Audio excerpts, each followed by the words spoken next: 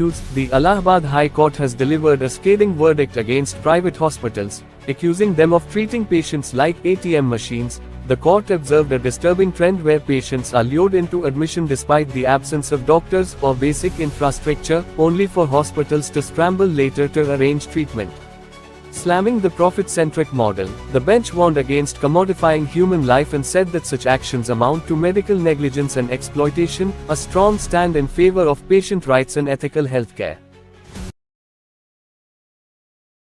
दोस्तों नमस्कार, Maxon news के खास बुलेटिन में आपका स्वागत है। दोस्तों आज का वीडियो का विषय है वो सभी लोगों से जुड़ा हुआ है। आम जीवन से जुड़ा हुआ ये सब्जेक्ट हर किसी की ज़िंदगी में आता है। आपको बता दें कि कुछ ऐसी अव्यवस्था देश में देखी जा रही है जिससे कि हर समाज का मतलब हर व्यक्ति को परेशानी का सामना करना पड़ रहा है। अभी हाल में देश की केंद्र सरकार ने जिस तरीके से नई जीएसटी का लागू होने की बात कही है, उसको लेकर किस तरीके से जीवन बीमा कंपनियां जो कि निजी हाथों में हैं, दूसरी तरफ निजी हॉस्पिटल में जिस तरीके से आपस में धींगा मुश्ती चल रही है, मनमानी चल रही है, उसको लेकर हर व्यक्ति परेशान है। आपको बता दें कि नई जीएसटी व्यवस्था में जिस तरीके से सरकार ने ये कहा है कि हेल्थ इंश्योरेंस पर कोई भी जीएसटी नहीं लगेगी, इस बात को लेकर बीमा कंपनियां अब इस मामले में जनता को वो लाभ देने की स्थिति में नहीं दिख रही हैं। वो किसी ना किसी तरीके से अपने मुनाफे को बढ़ाने के लिए नए नए सुझाव या नई नई बातें कर रहे हैं। जैसे कि वो कहते हैं कि हमारा इनपुट टैक्स क्रेडिट बढ़ जाएगा। दिलचस्प बात यह है कि 22 तारीख से पहले यानी 22 सितंबर को जब से इस स्थिति को लागू करना है, इस नई जीएसटी की व्यवस्था को लागू होना है, उस दिन से बीमा कंपनियां ये कह रही हैं कि हमारे खर्चे बढ़ रहे हैं। अभी तक वो खर्चे लिमिटेड थे, यानी कि जिस तरीके से पुरानी व्यवस्था में बीमा कंपनियों पर बीमा बेचने वाली कंपनियों को 18% जीएसटी पॉलिसी धारक देते थे, अब सरकार ने उसे 0 कर दिया है। और वो सरकार की मंशा ये दिखा रही है कि आम आदमी के जीवन में जब परेशानियां आती हैं तो जीवन बीमा पॉलिसी धारक को राहत मिले, लेकिन अब स्थिति उल्टी दिख रही है। लग रहा है कि किस तरीके से बीमा कंपनियां अपना मुनाफा बढ़ाने की फिराक में जुटी हुई हैं। जिस तरीके से लग रहा है कि बीमा कंपनियां सरकार की निष्क्रियता का फ़ायदा उठाना चाहती हैं और अपना मुनाफा बढ़ाना चाहती हैं। दोस्तों इस वीडियो को अधिक से अधिक लोगों के बीच में पहुंचाएं, क्योंकि एक जनहित की बात है कि हर व्यक्ति को, समाज में, देश में रहने वाले हर व्यक्ति को ये इस समस्या का जिस तरीके से सामना करना पड़ रहा है, लग रहा है कि सरकार को ये इस मामले में बीमा कंपनियों पर और निजी अस्पतालों पर की समस्याओं के समाधान में आगे आना चाहिए। हम और आप हेल्थ इंश्योरेंस लेते हैं कैशलेस ट्रीटमेंट के लिए, लेकिन हॉस्पिटल्स और बीमा कंपनियों के झगड़े के चलते बीमा होने के बावजूद कैशलेस इलाज को लेकर हम निश्चिंत नहीं हो पाते। इसकी वजह है अस्पतालों और बीमा कंपनियों के बीच चल रही खींचतान। पिछले महीने विवाद इतना बड़ा कि अस्पतालों ने कैशलेस इलाज ही रोक दिया। बाद में कुछ समझौता हुआ, लेकिन जमीन पर आज भी कहां क्या स्थिति है कहना थोड़ा मुश्किल है। ऐसे में सवाल उठता है कि आखिर बात क्या है। बात यह है कि हॉस्पिटल्स के रेट लिस्ट को बीमा कंपनियां सही नहीं मानती और बिल में काट-छांट अस्पतालों को मंजूर नहीं है। अस्पताल कहते हैं कि बीमा कंपनियां उनके साथ अन्याय कर रही हैं। कंपनियां 15-20 साल पुराने रेट पर इलाज चाहती हैं, मनमाने तरीके से बिलों में कटौती कर देती हैं, क्लेम का पेमेंट करने में देरी करती हैं, कई बार तो क्लेम को पूरी तरह से रिजेक्ट कर देती हैं। अस्पतालों का यह भी कहना है कि प्री ऑथराइजेशन और डिस्चार्ज की प्रोसेस बहुत ज़्यादा सुस्त है और जटिल भी। रोबोटिक्स और मॉडर्न दवाओं का पैसा देने से भी इनकार कर दिया जाता है। दूसरी तरफ बीमा कंपनियां हैं जो कहती हैं कि उनके लिए IRDAI है जो रेट फिक्स कर देता है, लेकिन हॉस्पिटल्स पर कोई लगाम नहीं है।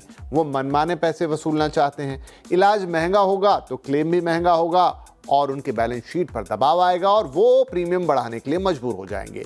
उनके लिए बिजनेस संभालना मुश्किल हो रहा है। तो इस विवाद को सुलझाने के लिए बीमा रेगुलेटर IRDAI ने नई गाइडलाइंस भी जारी की हैं, लेकिन इससे कुछ खास फर्क पड़ता दिख नहीं रहा है।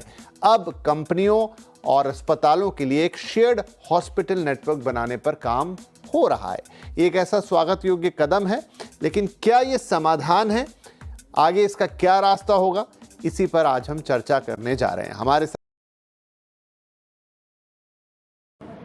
1200 से ज़्यादा अस्पतालों का समूह Ahmedabad hospitals and nursing homes association AHNA ने मरीजों के लिए अनोखी सेवा शुरू की है।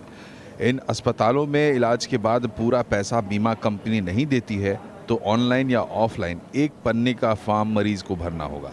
मरीजों को बाकी रकम दिलाने तक का सारा काम आहना करेगा।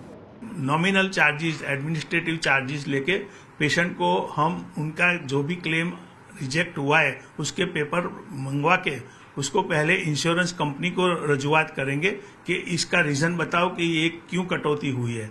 अगर उससे उसका जवाब सेटिस्फैक्टरी नहीं आता है तो हम पेशेंट को ऑम्बुड्समैन कोर्ट होती है जो इंश्योरेंस ग्रीवेंस के लिए होती है, वहां केस दर्ज कराने के लिए हेल्प करेंगे। IRDA से मिली जानकारी के अनुसार 2023-24 में सभी प्रकार के बीमा रिजेक्शन या अधूरा पेमेंट जैसे केस में ग्राहकों की हजारों करोड़ की रकम बीमा कंपनी के पास अभी भी पेंडिंग है। 70 से 80% तक केसेस मेडिक्लेम रिगार्डिंग होते हैं। उनमें इंश्योरेंस कंपनी के खिलाफ, कई बार हॉस्पिटल के खिलाफ कंप्लेन होती है। हम इनको न्याय दिलाने की, ग्राहक सुरक्षा कमीशन तक ले जाके न्याय दिलाने की कोशिश करते हैं। बीमा कंपनियों और अस्पतालों के बीच ये जंग तेज होती जा रही है और कोई रास्ता निकलने से पहले सबसे ज्यादा परेशानी कंज्यूमर के हिस्से आती है। बीमा कंपनी और अस्पतालों के बीच नाकामयाब दिख रही है। ऐसे में जब देशवासियों को थोड़ा सुधरने का मौका मिला, यानी हालात सुधरते दिखे, तब लोगों ने हेल्थ इंश्योरेंस की तरफ ध्यान दिया। यानी कि 2020 के पहले भी हेल्थ इंश्योरेंस के बारे में लोग सोचते थे, लेकिन इतना जागरूक नहीं थे जितना कि कोरोना के बाद में देखने को मिला। लगभग 1 दर्जन कंपनियां इंश्योरेंस के फील्ड में दिखी। खास तौर से ज़्यादातर कंपनियां विदेशी कंपनियां रहीं जिन्होंने भारत में अपना व्यवसाय किया। भारी संख्या में लोगों ने हेल्थ इंश्योरेंस खरीदा। लेकिन सबसे बड़ी अफसोस की बात है, अब जो 3 देश की सबसे बड़ी बीमा कंपनियां हैं, हेल्थ इंश्योरेंस बेचती हैं, वो अपने फ़ायदे के लिए पॉलिसी धारक को परेशान करने के उसमें दिख रही हैं। ये देखने में आ रहा है कि सबसे बड़ी हेल्थ इंश्योरेंस की कंपनी स्टार हेल्थ केयर, जो कि दुनिया की जानी मानी कंपनी है, उसके बारे में सबसे ज़्यादा शिकायतें कंज्यूमर फोरम और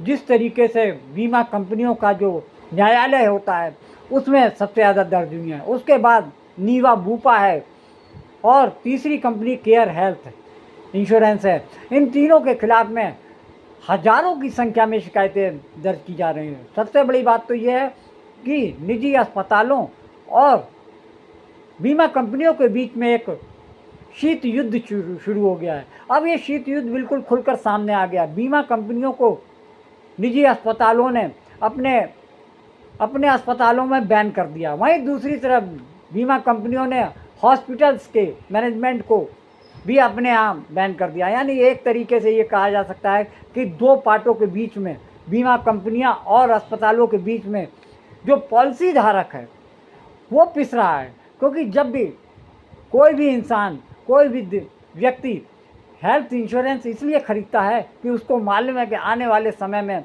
कभी भी उसको जब हेल्थ इशू होगा तो वो हॉस्पिटल में जाकर कैशलेस व्यवस्था के अनुसार अपना इलाज करा सकता है। लेकिन अब ये हालात हैं कि सर, जब पॉलिसी धारक हॉस्पिटल में अपना इलाज कराने या ऑपरेशन कराने के लिए जाता है तो वहाँ पर ये बता दिया जाता है कि आपको कैशलेस की सुविधा नहीं मिलेगी, क्योंकि इस कंपनी का हमने बैन कर रखा है। ऐसे में हालात ये हैं कि ऑपरेशन कराने या बीमार होने की स्थिति में जब वहाँ जाता है तो जो व्यक्ति एडमिट होता है उसके परिवार के सामने बहुत बड़ा एक झटका लगता है कि वो कैशलेस व्यवस्था के चलते हॉस्पिटल में भर्ती हुआ, अब उसको इलाज के लिए पैसे का इंतजाम करना पड़ेगा। यानी उसके ऊपर दोहरी चोट पड़ती है। एक तो वो महंगी भारी मुनाफे वाली अपनी गाड़ी कमाई का पैसा प्रीमियम के रूप में भरता है, वहीं सरकार वहीं पर प्रीमियम कंपनियां लेने के बावजूद बीमा कंपनियां उसको कैशलेस व्यवस्था देने के लिए तैयार नहीं है। दूसरी तरफ अस्पताल का भी जो इलाज होता है इतना महंगा हो चुका है, इसीलिए लोग लाइफ इंश्योरेंस कराते हैं ताकि इस खर्चे से बचा जा सके। लेकिन हालात ये हैं कि अब इस समय बीमा कंपनियों और अस्पतालों के बीच में जो युद्ध चल रहा है उसमें सरकार का कोई भी रवैया ठीक नहीं दिख रहा है। बीमार तो सब पड़ते हैं, लेकिन दिक्कत तब होती है जब अस्पताल में भर्ती होना पड़ जाए, और उससे भी बड़ी दिक्कत तब होती है जब मेडिकल इंश्योरेंस क्लेम करना पड़ जाए, और सबसे ज्यादा दिक्कत तब होती है जब आप ठीक हो जाएं लेकिन इंश्योरेंस कंपनी से क्लेम पास ना होने के चलते अस्पताल से डिस्चार्ज होने में सुबह से रात हो जाए। लेकिन अब इस दिक्कत को इंश्योरेंस रेगुलेटरी बॉडी यानी IRDAI ने दूर कर दिया है, जिसने नए नियम तय किए हैं जिनके मुताबिक अब मेडिकल इंश्योरेंस कंपनियों को अस्पताल से मरीज की डिस्चार्ज रिक्वेस्ट मिलने के 3 घंटे के अंदर फाइनल ऑथराइजेशन देना होगा, यानी क्लेम पास या फेल करना होगा। अगर क्लेम अप्रूवल में 3 घंटे से ज्यादा देरी की वजह से अस्पताल पॉलिसी होल्डर से एक्स्ट्रा चार्ज वसूलता है तो वो चार्ज इंश्योरेंस कंपनी को वहन करना पड़ेगा। 3 घंटे का नियम किसी पॉलिसी होल्डर की मौत की स्थिति में भी अप्लाई होगा ताकि परिजनों को तुरंत शव मिल सके। इतना ही नहीं, कैशलेस ट्रीटमेंट को लेकर भी इंश्योरेंस कंपनियों को 1 घंटे में फैसला लेना होगा, यानी जैसे ही कोई मरीज भर्ती होता है और अस्पताल इंश्योरेंस कंपनी को इन्फॉर्म करता है तो 1 घंटे में ओके करना होगा। IRDAI ने इन नियमों के पालन के लिए बीमा कंपनियों को 31 जुलाई 2024 की डेडलाइन दी। केंद्र सरकार ने GST की नई दरें लागू करते हुए ये जनता को संदेश देने की कोशिश की, अब आपको बीमा कंपनियों को प्रीमियम के साथ GST नहीं देनी होगी। यानी उन्होंने बीमा कंपनियों के प्रीमियम पर GST 0 कर दिया। लेकिन वहीं दूसरी तरफ बीमा कंपनियां अपना मुनाफा बढ़ाने के लिए ये कह रही हैं कि उनको 3 से 5% प्रीमियम बढ़ाना पड़ेगा। कारण ये है कि उन्होंने बीमा कंपनियों का जो मैनेजमेंट है वो कह रहा है कि हमारा इनपुट टैक्स क्रेडिट बढ़ जाने की वजह से ऐसा किया जा रहा है। फिर भी जहां 18% पिछले GST में बीमा कंपनियां पॉलिसी बेचने के नाम पर लेती थी, अब वो वहां पर 12 या 13% की ही छूट मिल सकेगी। सरकार की मंशा को बीमा कंपनियां जिस तरीके से पलीता लगाने की कोशिश कर रहे हैं, वहीं दूसरी तरफ जनता को भी 18% की बजाय 10 से 12% ही छूट मिलने के आसार दिख रहे हैं। ऐसे में सरकार को जिस तरीके से सक्रियता दिखानी चाहिए, बीमा कंपनियों के जो बदले हुए रवैये को सुधारने के लिए एक्शन लेना चाहिए, वो केंद्र सरकार की जो ढिलाई है या उदासीनता से जनता पर एक और मार पड़ने जा रही है। दूसरी तरफ जो व्यक्ति बीमा कंपनियों से पॉलिसी खरीदकर इलाज कराने के लिए हॉस्पिटल में एडमिट हो रहे हैं, वहाँ कैशलेस व्यवस्था अस्पतालों ने बीमा कंपनियों के आपसी बैर भाव के चलते बैन कर दिया। वहाँ पर बीमार व्यक्ति और उसका परिजन दोहरी चोट खा रहा है। एक तरफ तो उसने पहले प्रीमियम दिए भरे, भारी भारी रकमें कंपनियां में जमा की, वहीं दूसरी तरफ अस्पतालों के भारी और कीमती महंगे इलाज के बिल को भी उसको झेलना पड़ रहा है। बीमा कंपनियां एक तरफ अपना रोना रो रही हैं, वहीं दूसरी तरफ जो निजी हॉस्पिटल्स हैं वो अपनी बात कर रहे हैं कि बीमा कंपनियां हमारे जो क्लेम होते हैं उसको रिजेक्ट कर रही हैं। ये भी सामने आया है कि बीमा कंपनियां भारी बिल में कटौती कर रही हैं। जो बिल हॉस्पिटल की तरफ से कंपनियों को भेजे जाते हैं वो बहुत सारे लाखों को, अगर 2.5 करोड़ का अगर बिल भेजा गया है तो 70 लाख तक का बिल रिजेक्ट कर देते हैं। इससे जो निजी अस्पताल हैं और बीमा कंपनियों के बीच में एक रार दिख रही है।